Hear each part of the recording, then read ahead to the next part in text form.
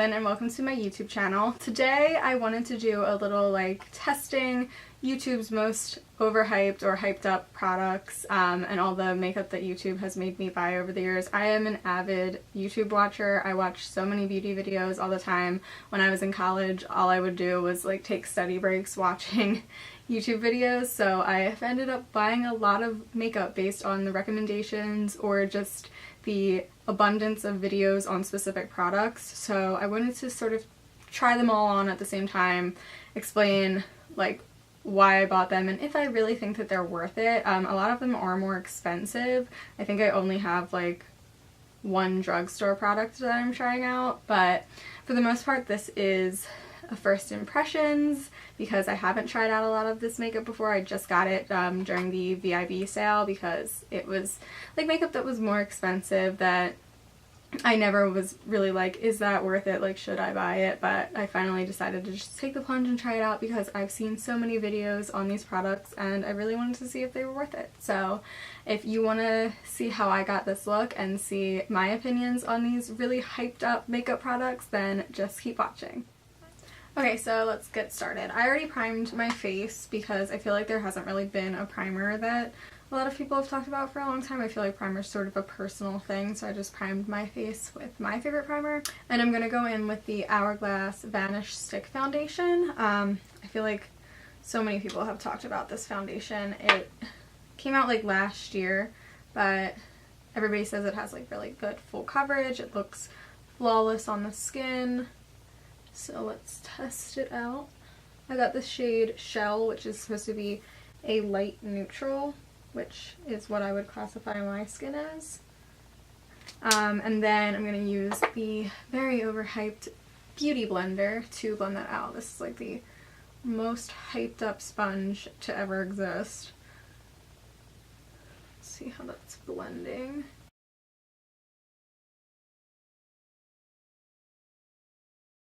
Okay, so I definitely think it looks really pretty on the skin. It's kind of difficult to blend out though, just because I feel like a stick foundation is sort of a drier formula and I have dry skin already, so I guess using the Beauty Blender is probably my best way, but it just seemed like it took a lot of work to blend out, but I'll keep trying it and see how I feel about it. And now on to concealer. I'm going to use the NARS Radiant Creamy Concealer.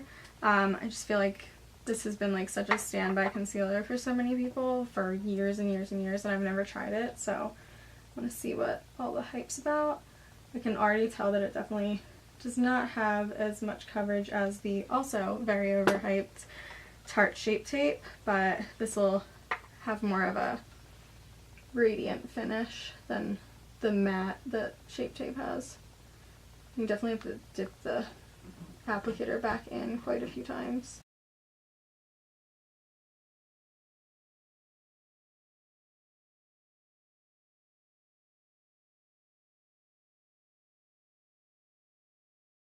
And then I'm going to blend that out with my Beauty Blender as well.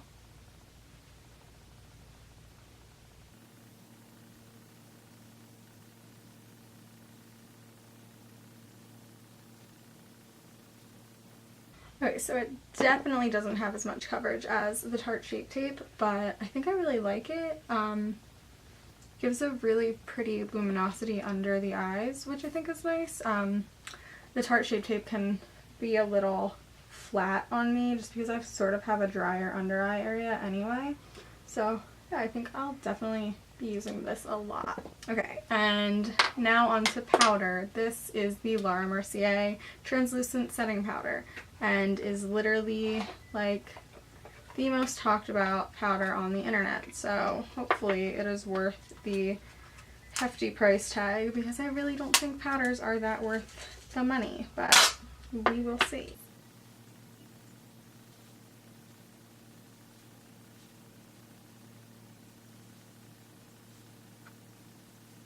Okay, I think it's a good powder, and I was really hoping that I wouldn't like it because it was expensive and I just feel like it's so ridiculous to spend that much money on a powder, but it feels luxurious. It's very finely milled. It's not heavy at all. It went and set my concealer perfectly. It looks really, really good. Hopefully it'll hold up, but so far I actually really like it. So I'm gonna hop off camera and do my brows, just because I feel like brows are also something that's sort of personal, and you want to do your brows how you want to do your brows, not how somebody else does their brows. So I'll be right back. Okay, now that my brows are done, I'm going to move on to the eyes, and I'm going to prime my eyes with the Urban Decay Primer Potion, which I literally thought was the only eyeshadow primer that ever existed when I was younger, just because it was the only thing that anyone ever talked about as far as eye primer. It works, but I feel like it is overpriced for like what it actually does. Most of the time I just prime my eyes with concealer because I feel like it has the same effect. I don't know, I don't see much of a difference when I use this versus a concealer.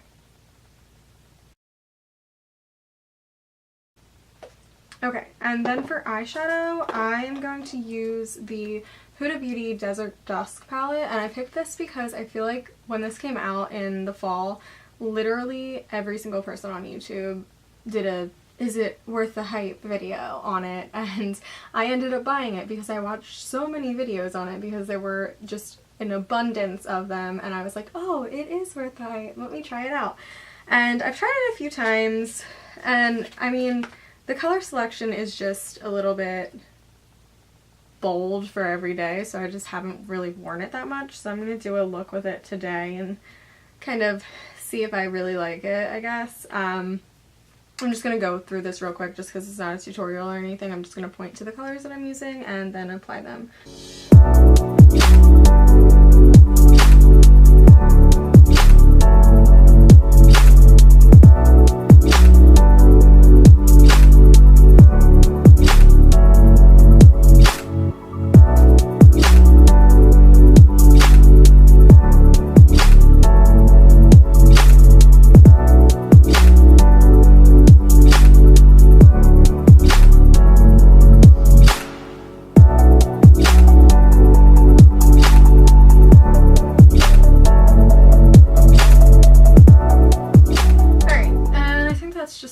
What I'm going to do with my eyes. I tried to go with something like a little more bold and use like a bunch of the colors out of the palette. I think I'm actually going to tap on a little bit of this Celestial color to the lids just because it's one of those duochrome toppers and it has a little bit of pink in it, which might help tie in the pinker color that I did at the bottom. Yeah, this is pretty. I mean, it definitely has some fallout and it's a little hard to blend. Like, it does get sort of stuck in areas, which I don't love, but I mean, it's a fun palette. It's definitely fun. I'll finish up like the inner corner and stuff once I get to the highlight, but for now we're gonna go back to the face.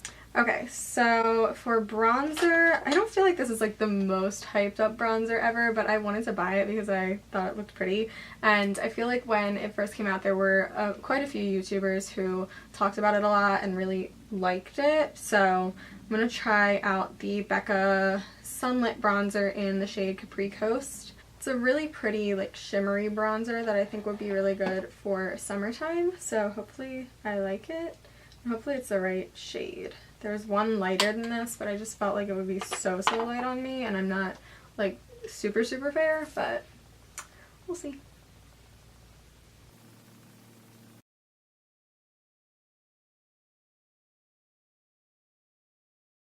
Alright, I think that's actually really pretty. I think it's like the perfect shade of bronzer for me right now, and it gives like a really nice glow, and I think honestly this deserves more hype. Hopefully it wears well, like hopefully all of this makeup wears well. Now on to blush. I am using the Milani Baked Blush in the shade Luminoso, which is probably the most hyped up blush I've ever heard of. I've never tried it before, but we will see how I like it. I feel like this was like such a standby product on the days of early YouTube when I was watching years ago. Oh, it's very pigmented.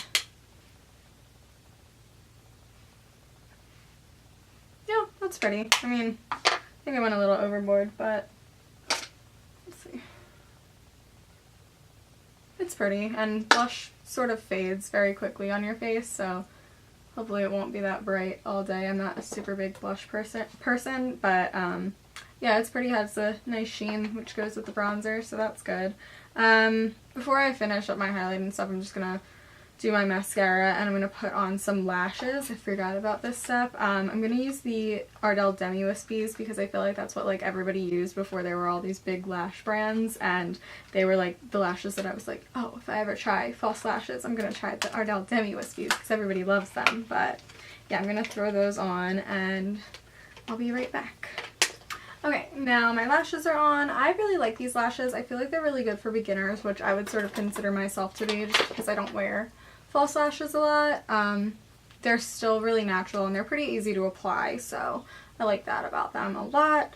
And now to finish up with highlight. The ColourPop Super Shock Cheek highlighters I think are like super hyped up. Everybody talks about them still. When they first came out, everybody was like so taken with the fact that they sort of feel like water. And this is the shade Flexitarian. I've used it a few times.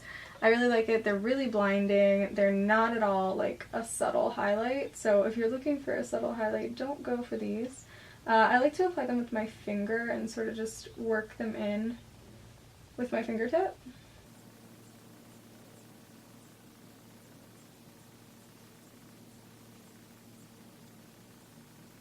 Yeah, just look how blinding that highlight is. It's just so shiny and so pretty. Definitely not for those of you who want a natural highlight. I'm also going to apply a little bit of that into my inner corners and a tiny bit on my brow bone. It's not great to use with a brush, this formula, but for like the inner corners, it works.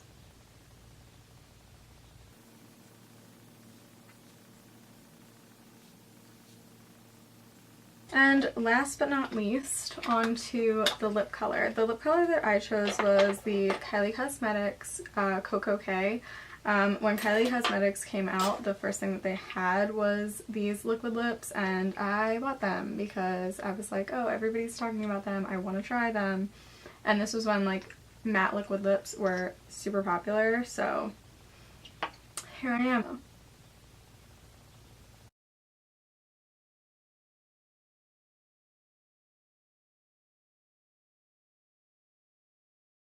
Alright, and honestly I didn't remember if I liked these or not. I think it's pretty comfortable on the lips. It is a little drying, but yeah, they're good. I just don't see the difference between this and like a ColourPop liquid lipstick or like any other liquid lipstick. I think I'm sort of over the matte liquid lip. I'm really into glossy lips right now, but that's just me. So finally going in with setting spray. This is the Urban Decay All Nighter setting spray. It's in the old packaging because I got it at a Nordstrom Rack, but it was cheaper, so that's great. Everybody always talks about this. It has alcohol in it, so it's sort of drying on your face, but it's a really good setting spray, and I get the hype because it does keep your makeup on like all night, and it has a really nice mist. Alright, and that is pretty much it for all the products that I wanted to test out today. Just from first impressions, I think I really like the Laura Mercier translucent setting powder, which pains me because it is very expensive. I also really like the NARS concealer. I think it's really good for like lighter coverage concealer days. The Hourglass foundation, I think I'm gonna have to test this out a little bit more. I think it's a really good color match for me, and I have trouble color matching because I have a neutral undertone, but I think it's a good foundation. It looks very pretty on the skin, but I think I'll just have to test it out a little bit more to see if I really love it. I like the blush. It's a little bold, but it's not expensive, so I think I'll use this a lot more. And I really like the bronzer a lot, even though this isn't like a super hyped product. I think it should be. I think it's really good. Of course, I like the ColourPop highlighters a lot. I love ColourPop. I think everything they do is really great. And then the eyeshadow palette I like. I think it actually didn't blend so well because of the eyeshadow base, the Urban Decay primer. I don't think I'm into that anymore. It used to be my favorite primer just because it was the only one that I had, but I don't think I like it anymore. I think I prefer setting with concealer. But I think this is a really nice palette. I like the way that like red/orange shadows look on my eyes, so this has a lot of those shades. I think it really brings out blue eyes well, so I think I'll use it more maybe in the summer, but I mean, it's not my favorite palette or eyeshadow formula in the world, but that's okay. And then the Kylie lipstick, I don't think they're worth it, but it's pretty. I don't know if I'll even wear it again, but that's fine. And the setting spray, it's a great setting spray, but it's not my favorite setting spray just because my skin is dry. So yeah, that's pretty much all I wanted to do. I hope you enjoyed this little testing out YouTube's most overhyped products and all of the things that YouTubers have made me buy over the years and made me spend my money on. But yeah, if you enjoyed this video, please give it a thumbs up and definitely subscribe to my channel if you want to see more from me. And I will link all my social media stuff down below. You can follow me on Instagram and Twitter. It's at Caitlin Madden on Instagram. And yeah, hopefully you enjoyed this video, and thank you so much for watching. Bye!